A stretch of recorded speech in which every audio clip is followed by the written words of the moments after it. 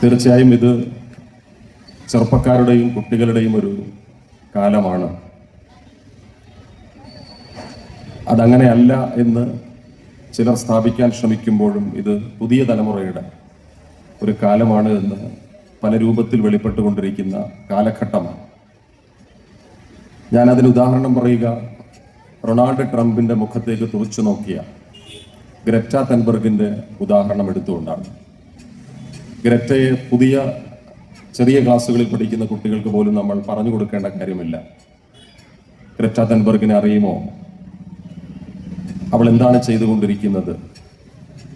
അവളുടെ പോരാട്ടത്തിന്റെ ഭൂമികയെ നിങ്ങൾക്ക് വിശദീകരിക്കാൻ കഴിയുമോ എന്ന് ഏറ്റവും ചെറിയ ക്ലാസ് മുറിയിൽ പഠിക്കുന്ന കുട്ടികളോട് പോലും നാം ചോദിച്ചാൽ അവർ കൃത്യമായ വിശദീകരണം തരുന്ന ഒരു കാലത്താണ് നാം ജീവിക്കുന്നത്. അവൾ റൊണാൾഡ് ട്രംപ് ഒന്നാമത്തെ വട്ടം അമേരിക്കയുടെ പ്രസിഡന്റായി ചുമതലയേറ്റെടുത്ത സന്ദർഭത്തിലൊന്നിൽ അദ്ദേഹത്തിന്റെ മുഖത്തേക്ക് ഒരു സമ്മിറ്റിൽ, ഒരു ഉച്ചകോടിയിൽ തുറച്ചു നോക്കിയത് ലോക ചരിത്രത്തിന്റെ ഭാഗമാണ്. ആ തുറച്ചുനോട്ടം വംശീയതയുടെ ഒരു നോട്ടമായിരുന്നില്ല, അത് വർഗീയതയുടെ ഒരു നോട്ടമായിരുന്നില്ല എന്ന് ഇസ്രയേൽ ഗാസയിൽ നടത്തിക്കൊണ്ടിരിക്കുന്ന കൂട്ടക്കുരുതിയുടെ പശ്ചാത്തലത്തിലും നമുക്ക് നിർവചിക്കാൻ പറ്റണം. നാം ഇപ്പോൾ നേരിട്ടുകൊണ്ടിരിക്കുന്ന നോട്ടങ്ങളുടെ എല്ലാം അർത്ഥം മതപരമോ വംശീയമോ ആയിരിക്കുന്ന ഒരു കാലത്താണ്. മതമാണ് ലോകത്തിലെ ഏറ്റവും വലിയ പ്രശ്നമെന്നും മതത്തിലൂടെ മാത്രമേ പ്രശ്നങ്ങൾക്ക് പരിഹാരമുണ്ടാക്കാൻ പറ്റൂ എന്നും ചിലർ പറഞ്ഞുകൊണ്ടിരിക്കുന്ന കാലത്താണ്. മതമല്ല പ്രശ്നം എന്ന രീതിയിൽ ഗ്രെറ്റയുടെ ഈ നോട്ടം പ്രസിദ്ധമായി തീരുന്നത്. അവളുടെ ഒരു വാക്യം ഞാനിവിടെ ഉദ്ധരിക്കാം. Right here, right now, where we draw the line, the world is waking up and the change is coming, whether you like it or not എന്ന വാക്യം. ഇത് അവൾ സംസാരിച്ചത് കാലാവസ്ഥാ ഉച്ചകോടിയിൽ അവളുടെ പ്രഭാഷണത്തിന്റെ ആമുഖത്തിലാണ്. നാം ജീവിക്കുന്ന ഭൂമിയിലെ അന്തരീക്ഷത്തിന്റെ ചൂട് കൂടിക്കൊണ്ടിരിക്കുകയാണ്. ഈ ചൂട് വർദ്ധിക്കുന്നതിന്റെ കാരണം അന്തരീക്ഷത്തിലെ ഗ്രീൻ ഹൗസ് വാതകങ്ങൾ എന്നറിയപ്പെടുന്ന കാർബൺ മോണോക്സൈഡിന്റെയും കാർബൺ ഡയോക്സൈഡിന്റെയും വേണമെങ്കിൽ ഓസോണിന്റെയും ജലാംശങ്ങളുടെയും മീഥൈനിന്റെയും ഒക്കെ വർധനവ് കാരണമാണ്. അന്തരീക്ഷത്തിൽ കരി വർദ്ധിച്ചുകൊണ്ടിരിക്കുന്നത് കൊണ്ടാണ്. ഇതിനെല്ലാം കാരണം നിങ്ങൾ മുതിർന്ന തലമുറയാണ്, നിങ്ങൾ മുതലാളിത്ത രാഷ്ട്രങ്ങളാണ്. നിങ്ങൾ സൈനിക നടപടികളിലൂടെയും പോരാട്ടങ്ങളിലൂടെയും വലിയ മോട്ടോർ കാറുകളിലൂടെയും കപ്പലുകളിലൂടെയും ഭൂമിയിൽ നിന്ന് കുഴിച്ചെടുത്തുകൊണ്ടിരിക്കുന്ന കാർബൺ ഇന്ധനങ്ങളുടെ അമിതമായ ഉപഭോഗത്തിലൂടെയും 10 പേർക്ക് തിന്നേണ്ടതിൻ്റെ ഒരു നേരം തിന്നു തീർക്കുന്ന നിങ്ങളുടെ ആർത്തിയിലൂടെയും ഈ അമ്മ ഭൂമിയെ നിങ്ങൾ കൊന്നുകൊണ്ടിരിക്കുകയാണ്. ആ കൊല ചെയ്യലിന്റെ നേതൃത്വം നിങ്ങളാണ് അതിന്റെ ഉത്തരവാദികളിൽ പ്രധാനപ്പെട്ട ഒരാൾ എന്ന തരത്തിലാണ് ഗ്രെറ്റ റൊണാൾഡ് ട്രംപിനെ അന്ന് തുറച്ചു നോക്കിയത്. അവൾ പറഞ്ഞ ഈ വാക്യത്തെ ഞാൻ തുടക്കത്തിൽ പറഞ്ഞതുപോലെ കൊച്ചു ക്ലാസ്സുകളിലെ കുഞ്ഞുങ്ങളോട് വിവർത്തനം ചെയ്യാൻ പറഞ്ഞാൽ, where we draw the line, ഞങ്ങൾ ഇവിടെ ഒരു വര വരയ്ക്കാൻ പോവുകയാണ് എന്ന് നിഷ്കളങ്കമായി അവർ അതിനെ ട്രാൻസ്ലേറ്റ് ചെയ്യും. പക്ഷേ നിങ്ങൾ എവിടെയാണ് ഈ വര വരയ്ക്കാൻ പോകുന്നത്? നിങ്ങൾ മണ്ണിന് മുകളിൽ ആർക്കും മായ്ക്കാൻ കഴിയാത്ത രീതിയിൽ അനശ്വരം എന്ന വാക്ക് പറഞ്ഞുകൊണ്ട് ഒരു ആരാധനാലയം നിർമ്മിക്കുന്നത് പോലെ വര വരയ്ക്കുന്നതിനെ കുറിച്ചാണോ? അതല്ലെങ്കിൽ ഏതെങ്കിലും ഒരു പേപ്പറിൽ ഒരാൾക്കും ഇനി മായ്ച്ചു കളയാൻ കഴിയാത്ത രീതിയിലുള്ള ഒരു വര വരയ്ക്കുന്നതിനെ കുറിച്ചാണോ ഗ്രെറ്റ സംസാരിക്കുന്നത് എന്ന ചോദ്യത്തിന് പുതിയ തലമുറ പറയുന്ന മറുപടി ഒരിക്കലുമല്ല. അവൾ പറയുന്ന, നിങ്ങൾക്ക് ഇഷ്ടപ്പെട്ടാലും ഇല്ലെങ്കിലും ഉണർന്നുകൊണ്ടിരിക്കുന്ന ഈ ലോകത്തിന്റെ പ്രഭാതത്തെ സ്വാഗതം ചെയ്തുകൊണ്ട്, ഉണർന്നുകൊണ്ടിരിക്കുന്ന ലോകത്തിന്റെ സാക്ഷിയായി നിന്നുകൊണ്ട് ഞങ്ങൾ വരയ്ക്കാൻ പോകുന്ന വര ജലത്തിലും അന്തരീക്ഷത്തിലുമാണ് എന്നാണ് അർത്ഥം. പഴയ തലമുറയിലുള്ളവർ പറയും, വെള്ളത്തിൽ വരച്ച വര നിൽക്കുകയില്ല, വായുവിൽ വരച്ച വരയ്ക്ക് നിലനിൽപ്പില്ല എന്നാണ് പറയുന്നതെങ്കിൽ പുതിയ മനസ്സുകളുടെ ഭാഷ അങ്ങനെയല്ല. ഞങ്ങൾ അന്തരീക്ഷത്തിൽ ഒരു വര വരയ്ക്കാൻ പോവുകയാണ്. ആ വര ഞങ്ങളുടെ നാളുകൾക്ക് വേണ്ടിയിട്ടുള്ള വരയാണ്. നിങ്ങൾ ഞങ്ങളെ പഠിപ്പിക്കുന്ന അന്ധവിശ്വാസമല്ല, ഞങ്ങൾക്ക് നാളെ ഈ ഭൂമിയിൽ ജീവിക്കുന്നതിന് വേണ്ട രാഷ്ട്രീയം എന്ന് പറയുന്ന ചെറുപ്പക്കാരിൽ ഒരാളുടെ പേരാണ് വേടൻ. അതുകൊണ്ടാണ് ഇന്നലെയും ഇന്നുമായി ഇന്ത്യയിലെ വർഗീയ പ്രസ്ഥാനത്തിന്റെ നേതൃത്വം വഹിച്ചുകൊണ്ടിരിക്കുന്ന ഒരാൾ അദ്ദേഹത്തിന്റെ പ്രസംഗത്തിൽ ഷവർമയെ കോട്ട് ചെയ്തുകൊണ്ട് വേടനെ ആക്രമിച്ചത്. അതുകൊണ്ടാണ് അമേരിക്കയിൽ ഇരുന്നു കൊണ്ട് ഗ്രറ്റ തെൻബർഗിനെതിരെ ഇലോൺ മസ്ക് അടക്കമുള്ളവർ വലിയ രീതിയിൽ ശബ്ദിച്ചുകൊണ്ടിരിക്കുന്നത്.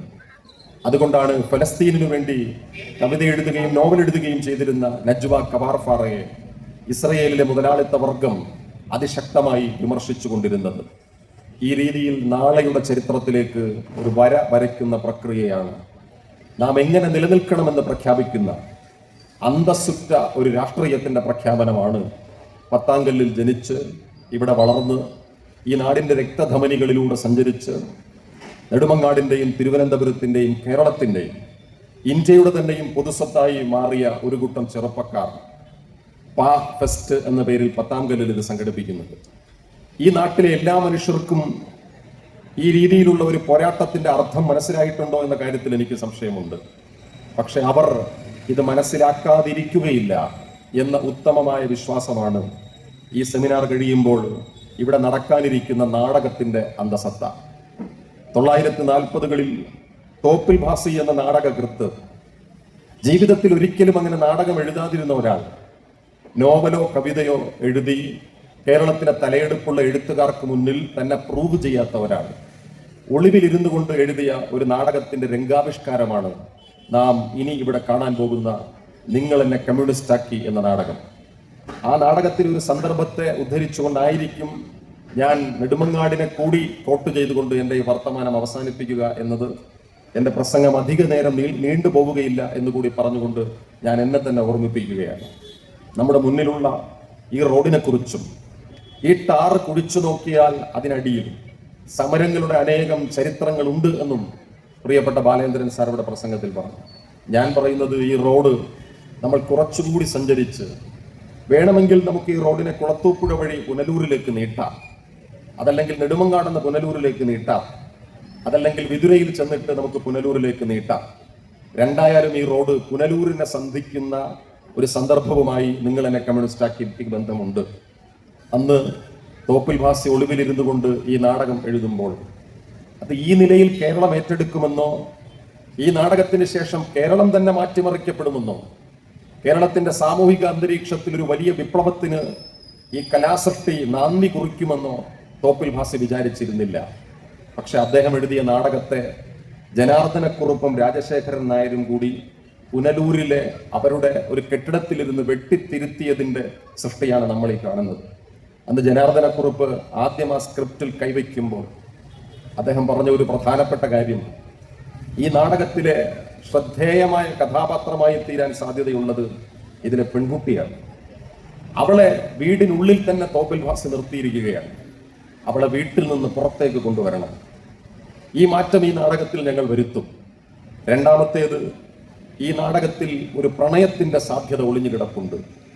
ആ പ്രണയത്തിന് ജാതിയോ മതമോ ഇല്ല. ഈ രണ്ട് കാര്യങ്ങൾ കൂടി സാക്ഷാത്കരിച്ചുകൊണ്ടാണ് ഈ നാടകം പൊതുജനങ്ങൾക്ക് മുന്നിലേക്ക് എത്തിച്ചേരുക എന്നും ഈ നാടകം കയ്യിലെന്തുമ്പോൾ അതിൻ്റെ ഏറ്റവും ഒടുവിലെ രംഗത്തിൽ ആ കൊടിയുങ്ങ് നാടാ മക്കളെ എന്ന് ഒരു തകർന്നു പോയ ഫ്യൂഡലിസ്റ്റിന്റെ എല്ലാവിധമായ മനോവിഷമത്തോടു കൂടിയും ഇതിലെ പ്രായമുള്ള കഥാപാത്രം പരമപിള്ള പറഞ്ഞവസാനിപ്പിക്കുമ്പോൾ ആ കൊടി കേരളത്തിന്റെ ചരിത്രം ഏറ്റെടുക്കാൻ പോവുകയാണ് എന്ന് ജനാർദ്ദനക്കുറുപ്പിനോ രാജശേഖരൻ നായർക്കോ പോലും ഉറപ്പുണ്ടായിരുന്നില്ല. ആ നാടകത്തിൽ പാട്ടെഴുതാൻ വേണ്ടി തിരുവനന്തപുരം യൂണിവേഴ്സിറ്റി കോളേജിലും കൊല്ലത്തെ SN കോളേജിലും പഠിച്ച, പിന്നീട് കേരള സർക്കാരിന്റെ കീഴിൽ ഒരു കോളേജ് അധ്യാപകനായി ജോലിയിൽ പ്രവേശിച്ച ONV ഗ്രൂപ്പിന് പോലും തന്റെ പാട്ടുകൾ ഈ മട്ടിൽ കേരളം ഏറ്റെടുക്കും എന്ന് ഉറപ്പുണ്ടായിരുന്നില്ല. പറവൂർ ദേവരാജന് അദ്ദേഹം കൊടുക്കുന്ന മ്യൂസിക് ഈ നാടകത്തിൽ നിന്ന് വളർന്ന് അനന്തര തലമുറകൾ ഏറ്റെടുക്കുമെന്ന കാര്യത്തിൽ ഉറപ്പുണ്ടായിരുന്നില്ല. പക്ഷേ ആ കലാസൃഷ്ടി ഗ്രറ്റ തെൻബർഗിന്റെ പ്രസംഗം പോലെ, പത്താങ്കല്ലിൽ സംഘടിപ്പിച്ചിരിക്കുന്ന ഈ പാഫസ്റ്റ് പോലെ ലോകത്തോട് വിളിച്ചു പറഞ്ഞ ഏറ്റവും പ്രധാനപ്പെട്ട ഒരു മുദ്രാവാക്യമാണ് ഈ സെമിനാറിന്റെ തലക്കെട്ടെന്നത് എന്നെ കേട്ടുകൊണ്ടിരിക്കുന്നവർ മറക്കാതിരിക്കേണ്ട കാര്യമാണ്. നമുക്കൊരു വിഷയത്തെയും വർഗീയത കൊണ്ട് പരിഹരിക്കാൻ പറ്റില്ല. നമുക്കൊരു പ്രശ്നത്തെയും മതവിശ്വാസം കൊണ്ട് പരിഹരിക്കാൻ പറ്റില്ല എന്ന കാര്യം ഓർമ്മ വെച്ചുകൊണ്ട് വേണം നാം ദേശീയതയുടെയും രാഷ്ട്രീയത്തിന്റെയും വിഷയത്തിലേക്ക് ഇറങ്ങിച്ചെല്ലാൻ.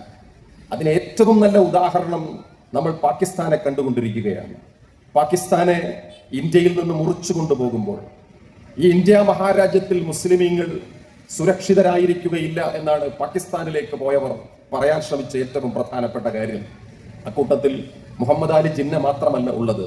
നമ്മളെല്ലാം ഒരുപക്ഷെ ആദരിക്കുന്ന ഫിലോസഫർ എന്ന് പറയാൻ കഴിയുന്ന, പക്ഷെ ഫിലോസഫിയുടെ കാര്യത്തിൽ പിഴച്ചുപോയ അബുൽ അഅ്ല മൗദൂദി പഠാൻകോട്ടിൽ നിന്ന് നടത്തിയ ഒരു പ്രസംഗവും ആ പ്രസംഗത്തെ തുടർന്ന് അദ്ദേഹം എഴുതിയ പുസ്തകവും വളരെ പ്രധാനപ്പെട്ട ഒരു കാര്യമാണ്. ജനാധിപത്യത്തെയും സോഷ്യലിസത്തെയും മതേതരത്വത്തെയും തള്ളിക്കളഞ്ഞുകൊണ്ട് പഠാൻകോട്ടിൽ നിന്ന് അബുൽ അഅ്ല മൗദൂദി പാകിസ്ഥാന് വേണ്ടി പ്രസംഗിച്ച പ്രസംഗം, ആ പുസ്തകം നമ്മൾ ഇന്ന് നമ്മുടെ വായനയ്ക്ക്, വിമർശനാത്മകമായ വായനയ്ക്ക് എടുക്കേണ്ടതാണ്. അദ്ദേഹം പറഞ്ഞ ഒരു കാര്യം, പാകിസ്ഥാനിലേക്ക് പോകുന്നതോടുകൂടി ഇന്ത്യയിലെ വിഭജിക്കപ്പെട്ട മുസ്ലിമീങ്ങൾ സുരക്ഷിതമാകുമെന്നാണ്. പക്ഷെ മൗലാന അബുൽ കലാം ആസാദ് ഇപ്പുറത്ത് നിന്നുകൊണ്ട് പറഞ്ഞത്, അങ്ങനെ വിഭജിക്കപ്പെട്ട ഒരു രാഷ്ട്രത്തിൽ മതത്തെ ആസ്പദമാക്കി നിങ്ങൾ ഒരു ഭരണഘടന രൂപപ്പെടുത്തിയെടുത്തുകൊണ്ട് മതത്തിന്റെ അടിസ്ഥാനത്തിൽ നിങ്ങൾ ഒരു മത പാർലമെന്റ് സൃഷ്ടിച്ചുകൊണ്ട് ദീർഘകാലം നിലനിൽക്കുകയില്ല എന്നാണ്. നമുക്ക് ജനാധിപത്യമാണ് വേണ്ടത്. ഇന്ത്യ മഹാരാജ്യത്തിന്റെ ഭരണഘടനയ്ക്ക് വേണ്ടിയിട്ടുള്ള ഒരു കോൺസ്റ്റിറ്റ്യൂവന്റ് അസംബ്ലി ഇന്ത്യയിലെ എല്ലാ പ്രവിശ്യകളെയും പ്രാതിനിധ്യപരമായി അടയാളപ്പെടുത്തിക്കൊണ്ട്, ഇന്ത്യയിലെ എല്ലാ ജനവിഭാഗങ്ങളെയും അടയാളപ്പെടുത്തിക്കൊണ്ട്, ഇന്ത്യയിലെ എല്ലാ പ്രാദേശിക ഭാഷകളെയും പരമാവധി അടയാളപ്പെടുത്തിക്കൊണ്ട് ഇന്ത്യ മഹാരാജ്യത്തിന്റെ ഹൃദയത്തിന്റെ രക്തയോട്ടത്തെ നിർമ്മിച്ചെടുക്കുന്നതിന് വേണ്ടിയിട്ടുള്ള ഒരു പ്രക്രിയ നടത്തിക്കൊണ്ടിരിക്കുമ്പോഴാണ് ജനാധിപത്യം എന്നത് പാതിരിമാരുടെ ഒരു ദുസ്വപ്നമാണെന്നും അത് യൂറോപ്പ് നമ്മളെ പഠിപ്പിച്ച ഒരു കെട്ടുകഥയാണെന്നും മൗദൂദി പഠാൻകോട്ടിൽ പ്രസംഗിക്കുന്നത്.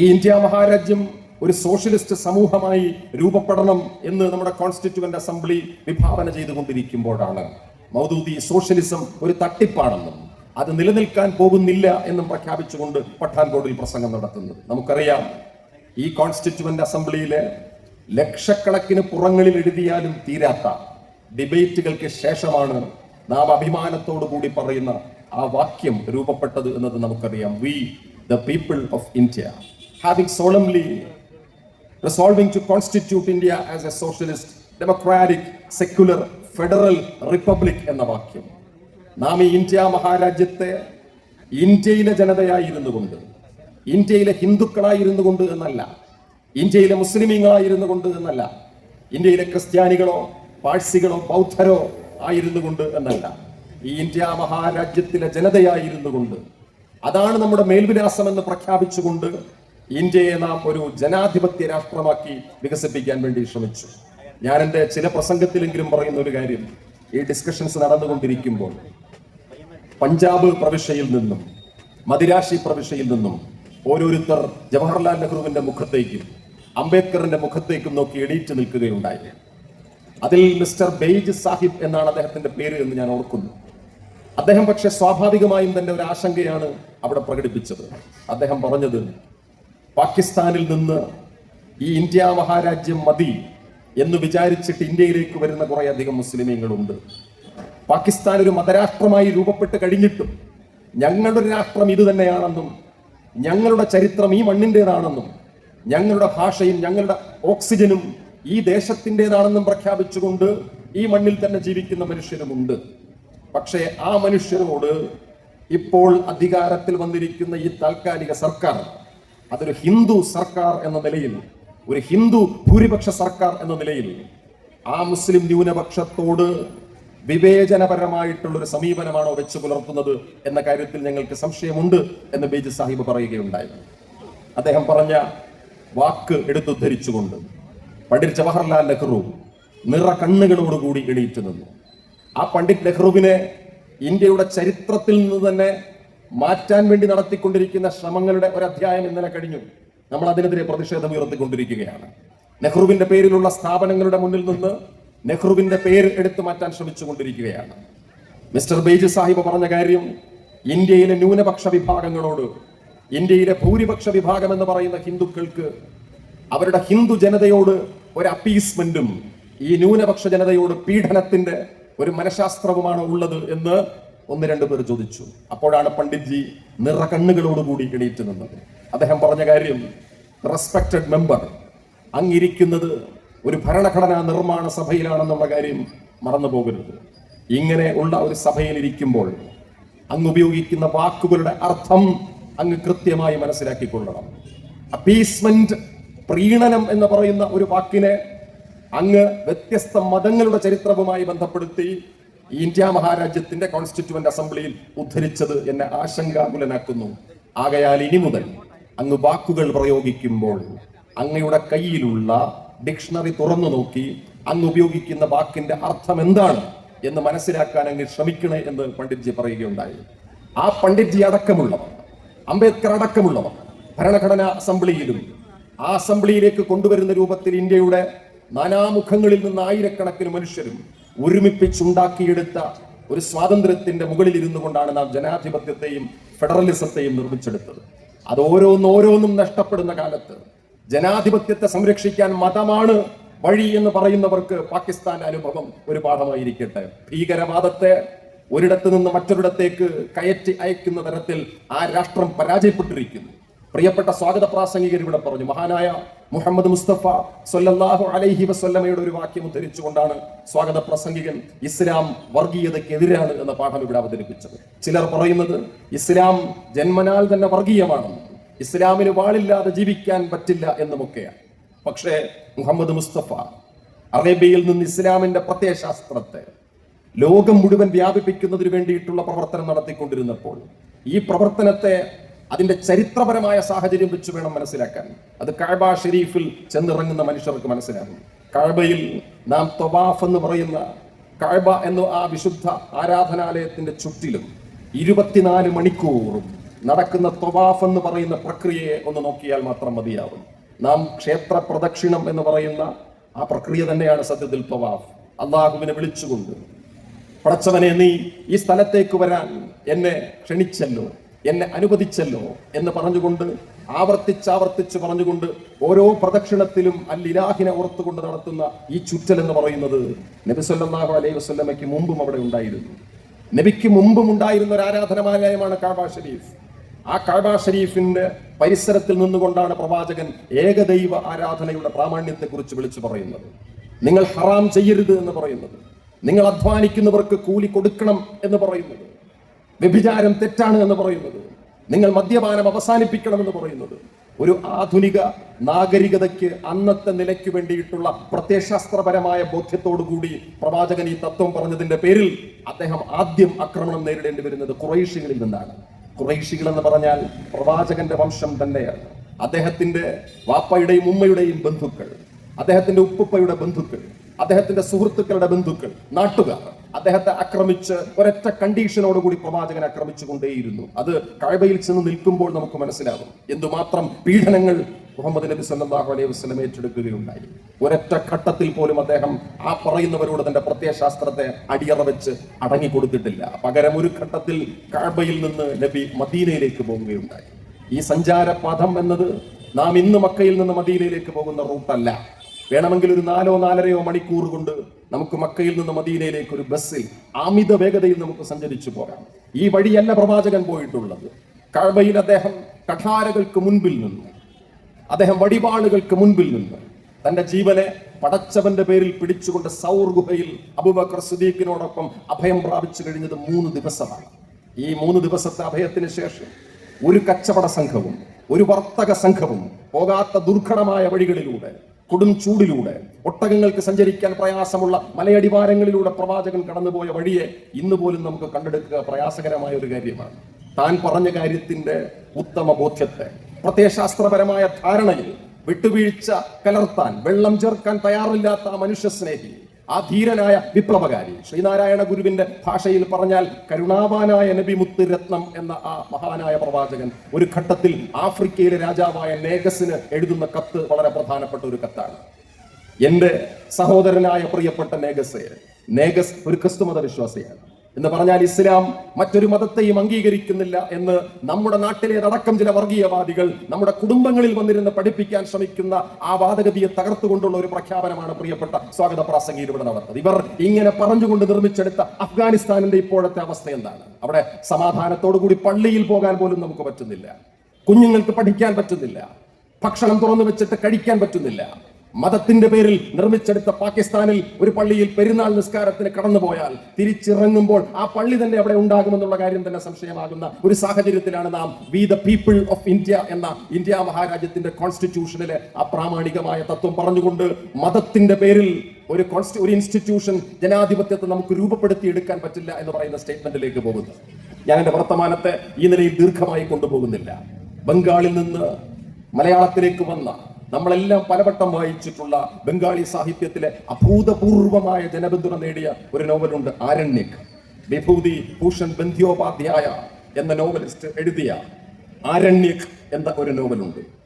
ആ നോവലിൽ അതിലെ കഥാപാത്രം കൽക്കട്ടയിലെ തിരക്കുകളിൽ നിന്ന് കൽക്കട്ടയുടെ പ്രാന്തങ്ങളിലുള്ള ഒരു വനമേഖലയിലേക്ക് ആ വനത്തിന്റെ മാനേജരായി കടന്നു വരുന്നതാണ് നോവൽ പറയുന്ന ഭാഗം. നമ്മുടെ അക്ഷരം ലൈബ്രറി ഈ ചെറുപ്പക്കാർ ഈ നിലയിൽ വിളക്ക് കൊളുത്തി അക്ഷരത്തിന്റെ ഒരു പുതിയ അധ്യായം ഇവിടെ രൂപപ്പെടുത്തി നാളെ മുതൽ പ്രവർത്തനം ആരംഭിക്കുമ്പോൾ തീർച്ചയായും ആ ലൈബ്രറിയിലെ അലമാരകളിൽ ഈ പറയുന്ന ആരണ്യക് എന്ന നോവൽ ഉണ്ടായിരിക്കുമെന്നുള്ള കാര്യത്തിൽ എനിക്ക് സംശയമില്ല. മലയാളത്തിൽ തന്നെ ബംഗാളിയിലെ ഈ ആരണ്യക്കിന് 2-3 വിവർത്തനങ്ങൾ നമുക്ക് കണ്ടെത്താൻ പറ്റും. ഈ ആരണ്യക്കിലെ നായകനായ മനുഷ്യൻ വനമേഖലയ്ക്കകത്തുകൂടി തിരിച്ചു തന്റെ നാട്ടിലേക്ക് പോകാൻ ആഗ്രഹിച്ച് കുടുങ്ങിക്കിടക്കുന്ന അനേകം രംഗങ്ങൾ ബന്ധ്യോപാധ്യായ അതിൽ അവതരിപ്പിച്ചിട്ടുണ്ട്. അതിലൊരു രംഗം തന്റെ വെള്ളക്കുതിരയുടെ മുകളിൽ ഒരു രാത്രിയിൽ നിലാവിറങ്ങി നടക്കുന്ന വഴിയിലൂടെ നദീതീരത്തിൽ അയാൾ ആകാശത്തെയും മരക്കൂട്ടങ്ങളെയും ഗിരിശൃംഗങ്ങളെയും കണ്ടുകൊണ്ട് പ്രകൃതിയിലെ ഒരു താളമായി നിൽക്കുന്ന ഭാഗമാണ്. അത് വായിച്ചപ്പോൾ എനിക്ക് സത്യത്തിൽ അസൂയ തോന്നിപ്പോയി. ഈ നിലയിലൊക്കെ ഒരു നോവൽ എഴുതാൻ നമുക്കെന്നാണ് പറ്റുക? ഇത് എഴുതുന്ന ഘട്ടത്തിൽ ബന്ധ്യോപാധ്യായ ഒരു ബന്ധ്യോപാധ്യായ ആയിരിക്കില്ല എന്ന കാര്യം ഉറപ്പാണ്. ആ നോവലിലെ ഓരോ മരത്തിൽ നിന്നും നമുക്കതിന്റെ ഇലകൾ നുള്ളിയെടുക്കാൻ പറ്റും.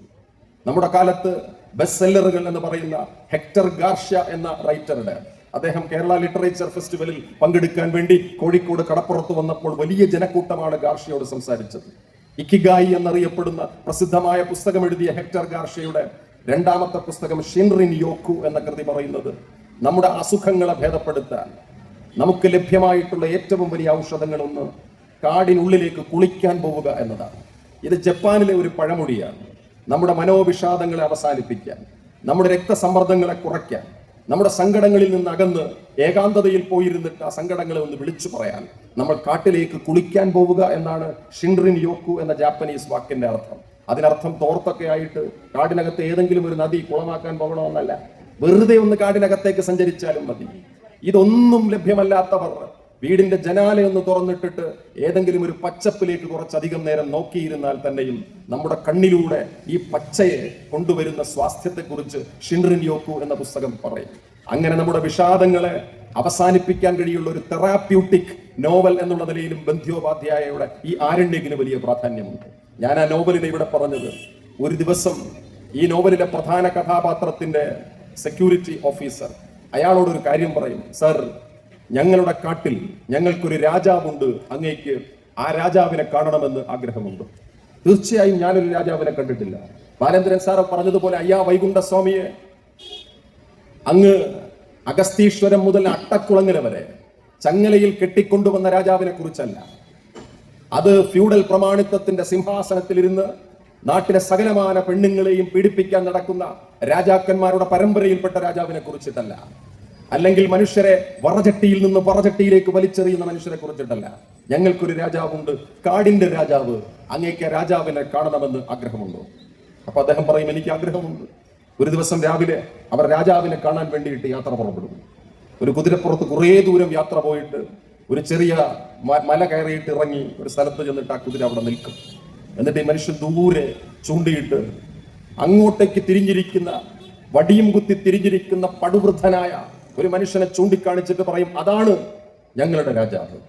മുഷിഞ്ഞ വസ്ത്രം ധരിച്ചിരിക്കുന്ന, 100-ലേറെ പ്രായമുള്ള, കന്നുകാലികളെ മേയ്ക്കുന്ന ഒരു വൃദ്ധനെ ചൂണ്ടിക്കാണിച്ചിട്ട് ഇതാണ് രാജാവ് എന്നിയാൾ പറഞ്ഞപ്പോൾ ഈ മാനേജർ ദേഷ്യപ്പെട്ടു. നീ എന്നെ പരിഹസിക്കുകയാണ്?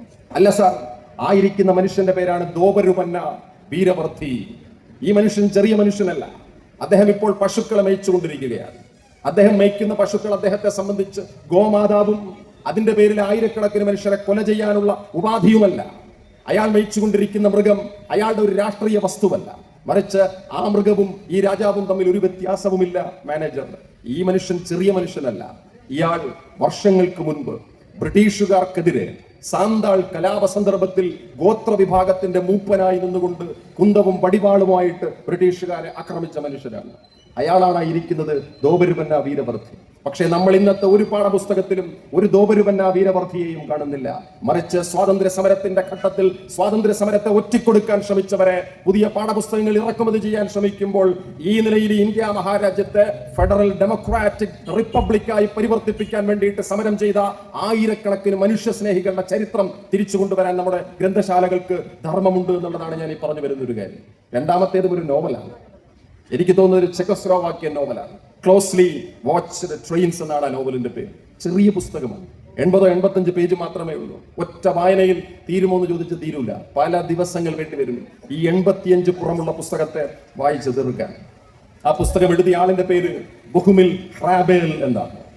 ഈ പുസ്തകത്തിന്റെ പ്രത്യേകത, അത് ഹിറ്റ്ലറിന്റെ നാസി പട്ടാളം പ്രേഗിലേക്ക് കുതിച്ചു കയറി പ്രേഗിനെ തകർത്തുകൊണ്ടിരിക്കുന്ന സന്ദർഭത്തിൽ ആ പ്രേഗിലെ മനുഷ്യരുടെ മാനസികാവസ്ഥയിൽ നിന്ന് രൂപപ്പെടുത്തിയെടുത്ത ഒരു കൃതിയാണ് അത്. വർഗീയത തിരിച്ചു വരണമെന്നും ഫാസിസമാണ് ഏറ്റവും വലിയ രക്ഷയെന്നും ഹിറ്റ്ലറിനെ പോലെയുള്ള ഭരണാധികാരികളാണ് ഞങ്ങളുടെ പ്രതീക്ഷയെന്നും അതുകൊണ്ട് അവർ നടത്തിയ കലാപങ്ങൾ ഞങ്ങൾക്ക് അഭിമാനമാണെന്നും വിളിച്ചു പറയുന്നവർ നിർബന്ധമായും വായിച്ചിരിക്കേണ്ട ഒരു പുസ്തകമാണ് ബൊഹുമിൽ ഹ്രാബേലിന്റെ ക്ലോസ്ലി വാച്ച്ഡ് ദ ട്രെയിൻസ് എന്ന് പറയുന്ന പുസ്തകം. നിങ്ങൾ ജർമ്മനിയുടെ തകർച്ചയ്ക്ക് കാരണം കണ്ടെത്തി ഹിറ്റ്ലറിന്റെ മെയിൻ ക്യാമ്പിലേക്ക് ചെന്ന് നോക്കൂ. അയാൾ പറയും, പ്രേഗിൽ ഞാൻ ഒറ്റപ്പെട്ട് ജീവിച്ചിരുന്ന കാലത്ത്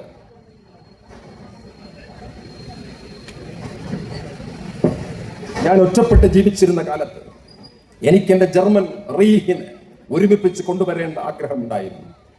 നിങ്ങൾക്കറിയുമോ, എന്റെ അച്ഛൻ മരിച്ചു പോയതിനു ശേഷം, എന്റെ അമ്മ എന്നെ വിടവാങ്ങിയതിനു ശേഷം ഞാൻ എന്തുമാത്രം കഷ്ടപ്പെട്ടിട്ടുണ്ടെന്ന് നിങ്ങൾക്കറിയുമോ?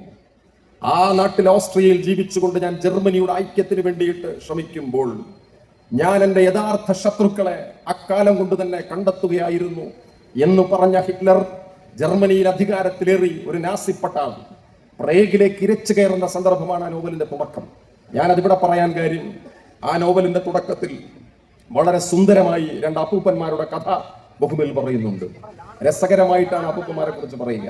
എനിക്ക് 2 അപ്പൂപ്പന്മാരുണ്ടായിരുന്നു. ആ 2 അപ്പൂപ്പന്മാരിൽ ഒരാൾ ഓസ്ട്രിയൻ സർക്കാരിന്റെ പെൻഷൻ വാങ്ങിയിരുന്ന ഒരാളായിരുന്നു. നല്ല പെൻഷൻ.